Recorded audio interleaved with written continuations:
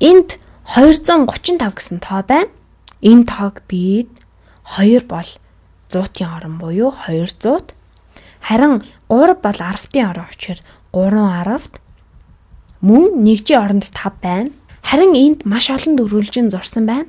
Тэгвэл энд үнэндээ 235 дөрвөлжин бий. 100 ширхэхдээ 2 багц дөрвөлжингүүд буюу 200-д 1 2 3 10-т мөн 5 нэгж байна. Одоо харин баг зэрэг сонирхолтой болох гэд оролдоод үзье. Тэгвэл би энэ тоон дээрээ 10-ыг нэмчихье. Нэмэх нь 10 буюу 10 бол 1 10-т болно. Тэгэхээр бид зөвхөн энэ тоон дээрээ 1 10-ыг нэмэхэд л болох юм байна. Бид нар 1 10-ыг нэмбэл хэд болох вэ? За тэгвэл би энд 1 10-т нэмж зурх хэрэгтэй болж байна. Ямар хөө байх вэ гэхээр нэг иймэрхүү өмнөхүүдтэй ижлэхэн хажууд нь 10 ширхэг дөрвөлжин нэмээд зурчихъя. Ингээд зурчвал илүү хурдан болох бах. Үүнийг тоолоод үзье. 1 2 3 4 5 6 7 8 9 10. За би 10 ширхэг нэмчихлээ. Тэгвэл одоо бид юу хийх үлдсэн бэ?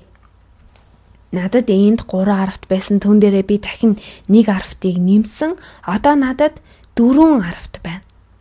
10-ын орны ижлэхэн шар өнгөөр бичье. Одоо надад 4 10-т байгаа. Надад 5 нэгж байсан. Үүнээрээ би ямар нэгэн нэгжийг нэмээг учраас миний 5 нэгж хിവэрэ байгаа. Миний 5 нэгж хിവэрэ байхаас гадна миний 200 ч мөн хിവэрэ байгаа учраас би 200 дээр ямар нэгэн 100-ыг нэмээг учраас 200 хിവэрэ. Миний 200 энд хിവэрэ байна. Тиймээс хариу нь 200 нэмэх нь 4 10-т нэмэх нь 5 нэгж болно. 245 юм.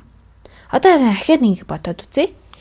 Өмнө нь бид 10-ыг нэмж байсан бол одоо 100-г нэмье. Одоо бодоод үзье. Харин энд битсэнгүүдээ арилгаад дахиад биччихье. Бид 10-ын оронд 100-г нэмнэ. Нэмэх нь 1 100-т. 10-т болон 1-ийн хооронд шар болон цэнхэр өнгөөр тэмдэглэнэ. Тэгэхээр би 1 100-д тэг 10-т тэг нэгжийг нэмж байна. Энэ нь 100 гэсэн үг. Тэгвэл тэнцүү нэмэх нь 100-д, нэмэх нь 100-д. Тэгвэл би юу хийх хэрэгтэй вүлээ? Энд байгаа зургаа хуулаад тавьчихъя. Надад анх байсан 200-т дээрээ одоо 100-ыг нэмж байна. Энд хуулаад тавьчихъя. Одоо харин би хичнээн 100-тай болсон бэ. Одоо надад хичнээн 100 байна вэ?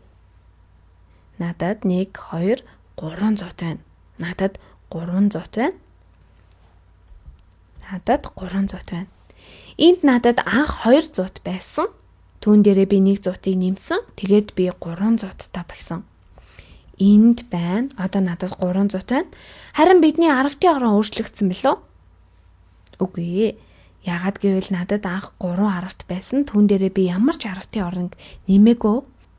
Мөн надад анх байсан 5 нэгж дээрээ би ямар нэгэн нэгж нэмээгүй учраас миний 5 нэгж хിവэрэ байна. Тэгвэл 335 маань 300-т нэмэх нь 3 10-т нэмэх нь 5 нэгжтэй яг ижилхэн юм.